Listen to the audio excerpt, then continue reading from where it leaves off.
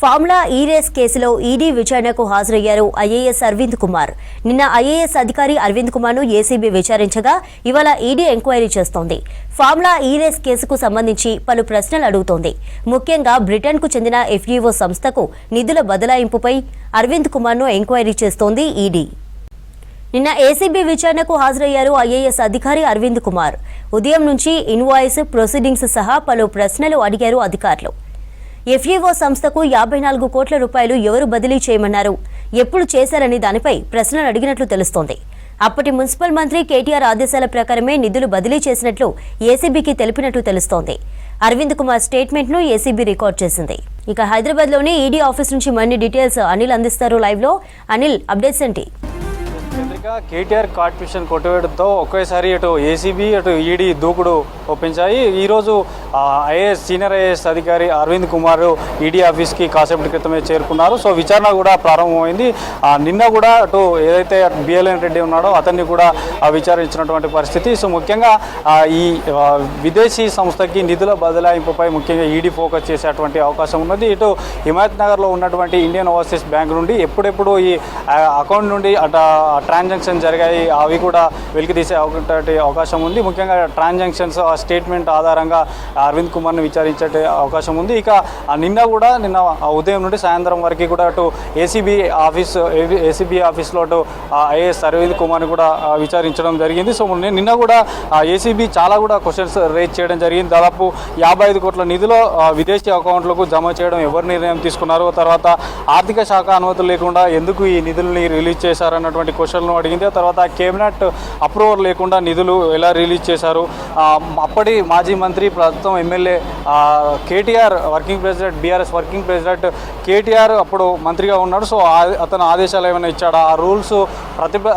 ప్రజాప్రతినిధి ఇచ్చినటువంటి రూల్స్ను మీరు ఏ రకంగా అమలు చేశారు, మీ అప్పుడు ఉన్నటువంటి అధికారులు ఎవరైనా ఈ నిధులకు సంబంధించినటువంటి నిర్ణయాలు మీరు స్వతహాగా తీసుకున్నారా, ఎవరి నిర్ణయం వల్ల తీసుకున్నారంటూ కూడా అటు విచారించినటువంటి పరిస్థితి. సో హెచ్ఎండిఏ పరిధిని మించి నగదు బదిలీ చేసినప్పుడు మౌఖిక ఆదేశాలు కేవలం కేటీఆర్ మాత్రమే ఇచ్చారా లేక ఇంకెవరైనా అన్నటువంటి వారు ఇచ్చారా అన్నటువంటి విషయాలను కూడా విచారించింది. ఆ తర్వాత ఇటు గ్రీన్కో స్పాన్సర్షిప్ నుంచి వైదొలడానికి అసలు కారణం ఏంది, మధ్యలోనే ఎందుకు పోవాల్సి వచ్చింది అన్నటువంటి విషయాలను రేజ్ చేశారు. తర్వాత ఒప్పందం ప్రకారం ఏదైతే ఈ 3 సీజన్లకు సంబంధించి ఫార్ములా ఈ రేస్కు సంబంధించిన 3 ఒప్పందాల ప్రకారం 2024లో నిర్వహించాల్సినటువంటి రేసు ఎందుకు నిర్వహించగలిగారు, అసలు నిధుల ఈ బదలాయింపులో తేడాలు వచ్చినాయి, మధ్యలోనే ఎవరైతే మధ్యలో వెళ్ళిపోయినటువంటి పరిస్థితి ఏంటి అంటూ కూడా విచారించింది. సో ఇవన్నిటి ఆధారంగా కూడా అటు ఇప్పుడు ఏసీబీ ఆఫీస్లో ఉన్నటువంటి బీఆర్ఎస్ వర్కింగ్ ప్రెసిడెంట్ మాజీ మంత్రి కేటీఆర్ను కూడా అతని స్టేట్మెంట్ ఆధారంగా కూడా విచారించే అవకాశం ఉంది. ఇక మాత్రం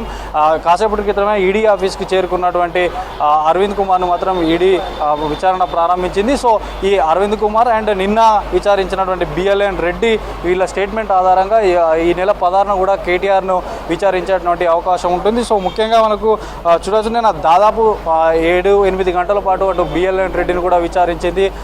మెయిన్గా విదేశీ నిధుల బదలాయింపు, ఫెమా నిబంధనలకు ఉల్లంఘన, మనీ లాండరింగ్ కేసుకు సంబంధించి సో వీటన్నిటి మీద ఈడీ ఫోకస్ చేయనుంది. సో మరికొద్ది సేపట్లో అంటే విచారణ ప్రారంభమైంది. సో ఈ విచారణ అనేది ఈరోజు సాయంత్రం వరకు కూడా విచారించేటువంటి అవకాశం ఉంటుంది. తర్వాత మళ్ళీ కూడా ఈడీ విచారణకి పిలిస్తే రావాలంటూ అటు నిన్న బిఎల్ఎన్ రెడ్డికి చెప్పడం జరిగింది. ఆ తర్వాత ఈరోజు ఇప్పుడు 11 గంటల ప్రాంతంలో లోపలికి వెళ్ళినటువంటి అరవింద్ కుమార్ సో మళ్ళీ ఈ విచారణ అనంతరం మళ్ళీ పిలిచినా కూడా రావాలంటూ ఏమైనా చెప్తారా, అసలు ఈడీకి సహకరిస్తారా, ఈడీ ఇంకేమైనా కొత్తగా అంటే నిన్న బిఎల్ఎన్ని అడిగినటువంటి ప్రశ్నలే కాకుండా ఇంకేమైనా అతని స్టేట్మెంట్ ఆధారంగా కొత్త ప్రశ్నలు అడగనుందా అన్నటువంటి విషయాలను కూడా వచ్చారు. ఇక 2023 అక్టోబర్ 11న జరిగినటువంటి ట్రాన్సాక్షన్ సంబంధించి కూడా ఎక్కువగా ఫోకస్ చేసే అవకాశం ఉంటుంది. ఆ బ్యాంక్ స్టేట్మెంట్ను మొత్తం కూడా తీసి అరవింద్ కుమార్ ముందర పెట్టనుంది. అక్కడ ముందర పెట్టి ఈ ట్రాన్సాక్షన్ ఎవరి ఆధారంగా చేశారు, ఎవరి నిర్ణయం మేరకు చేశారు అన్నటువంటి విషయాలను కూడా ఈడీ విచారించనున్నది. సో ఆర్బీఐ రూల్స్కు విరుద్ధంగా మీరు ఈ ట్రాన్సాక్షన్ చేశారా అన్నటువంటి విషయాలను కూడా రీచ్ చేసేటువంటి అవకాశం ఉంది. సో వీరిద్దరి ఆధారంగా వీరు ఏదైతే నిన్న బిఎల్ఎన్ రెడ్డి నిన్న ఈడీ ఎదుట హాజరయ్యారు, ఇక్కడ అతని స్టేట్మెంట్ కీలకం మారనుంది. సో ఇప్పుడు ప్రజెంట్ ఈడీ విచారిస్తున్నటువంటి ఐఏఎస్ అధికారి అరవింద్ కుమార్ విచారణ కూడా చాలా కీలకం కానుంది. సో వీరిద్దరి స్టేట్మెంట్ ఆధారంగా మాత్రం ఈ నెల 16న కూడా మాజీ మంత్రి కేటీఆర్ను కూడా విచారించే అవకాశం ఉన్నది. సో ప్రస్తుతం మాత్రం ఈడీ అరవింద్ కుమార్ను విచారిస్తున్నది. చంద్రిక.